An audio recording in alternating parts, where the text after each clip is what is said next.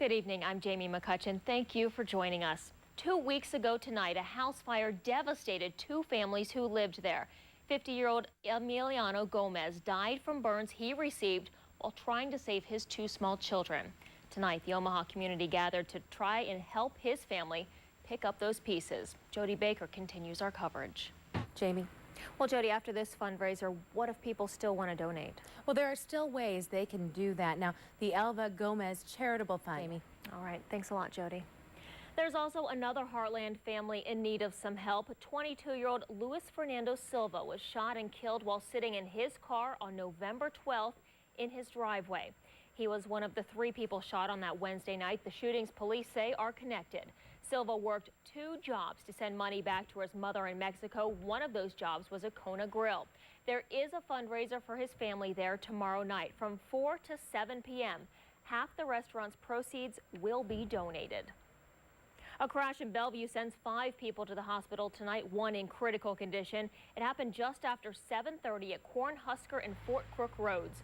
Police tell us this white car that you see there was northbound on Fort Crook when it hit a red Dodge Durango.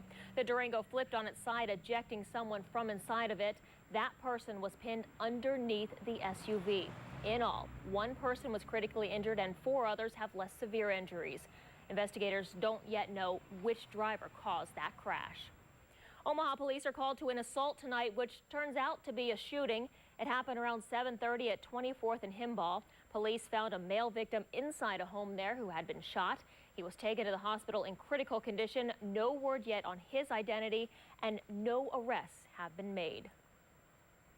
More so than other years, Omaha businesses are hoping folks in the metro shop in the metro. So starting today through December 15th, the Omaha Local Business Alliance is asking consumers to shop at locally owned businesses.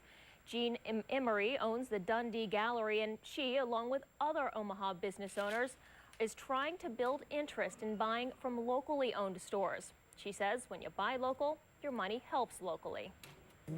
We're invested in the community. President-elect Barack Obama is trying to help the U.S. economy and today unveiled a plan to do just that.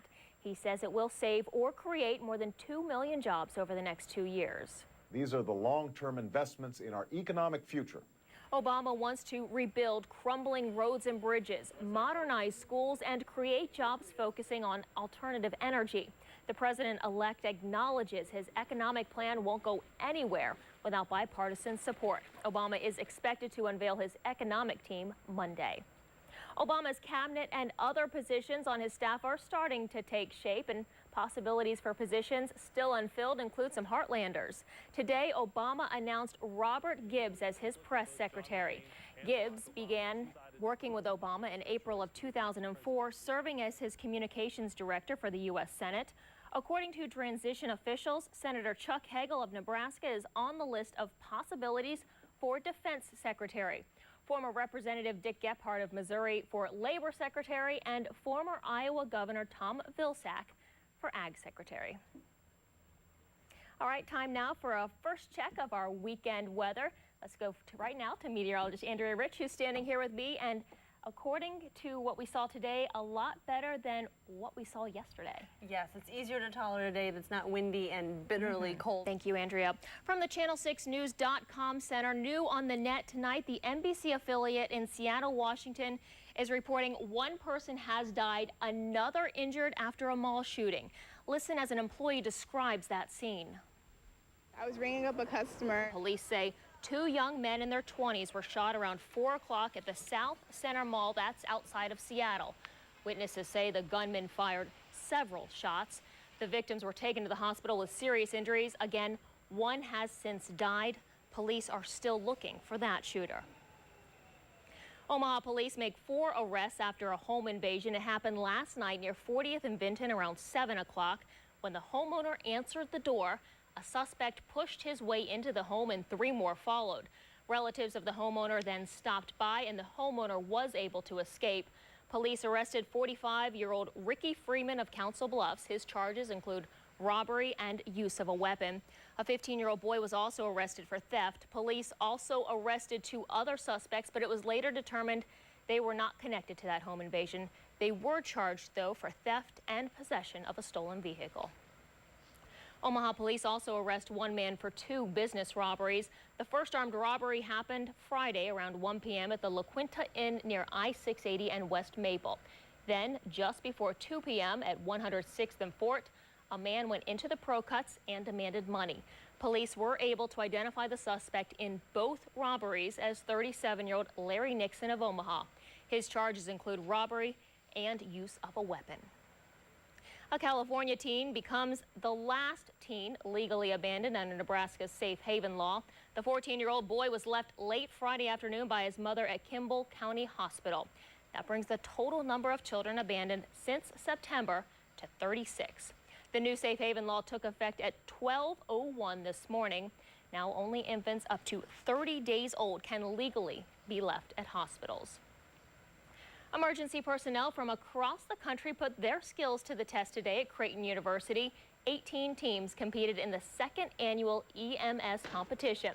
It's a large-scale patient simulation where rescue crews are judged on their assessments, treatment decisions, speed, and effectiveness. Here's the New York City Fire Department that you see there responding to a simulated building collapse. Teams had 15 minutes to respond and treat 10 people. This is a very valuable exercise. Omaha, Papillion, Bellevue, and La Vista all had teams taking part in today's competition. Still ahead tonight at 10, the UNO Mavericks on the ice tonight, and quite a show of lights in the Heartland. We'll tell you where you can find this magnificent show. It's that time of year when we always have that little bit of threat of snow in the forecast, isn't it? Yes, seems to be kind of hit or miss once we get right up to that day. All right, thanks a lot, Andrea. Sports is up next, including a battle on the court as Creighton takes on Oral Roberts. You're watching Channel 6 News, 10 at 10. The holiday season kicks off in magnificent style in one city tonight. Chicago's Magnificent Mile lit up with the lights of Disney World. Thousands of people came out to see the Lights Festival. The holiday display features more than 1 million lights. Looks beautiful out there, doesn't it? Oh, it's hard not to smile when you see Mickey Mouse. I think everybody just smiles when you see cartoon characters. And the Christmas lights. And the Christmas lights help too. Well, here's a view of what we have. We'll be in the 20s tomorrow morning.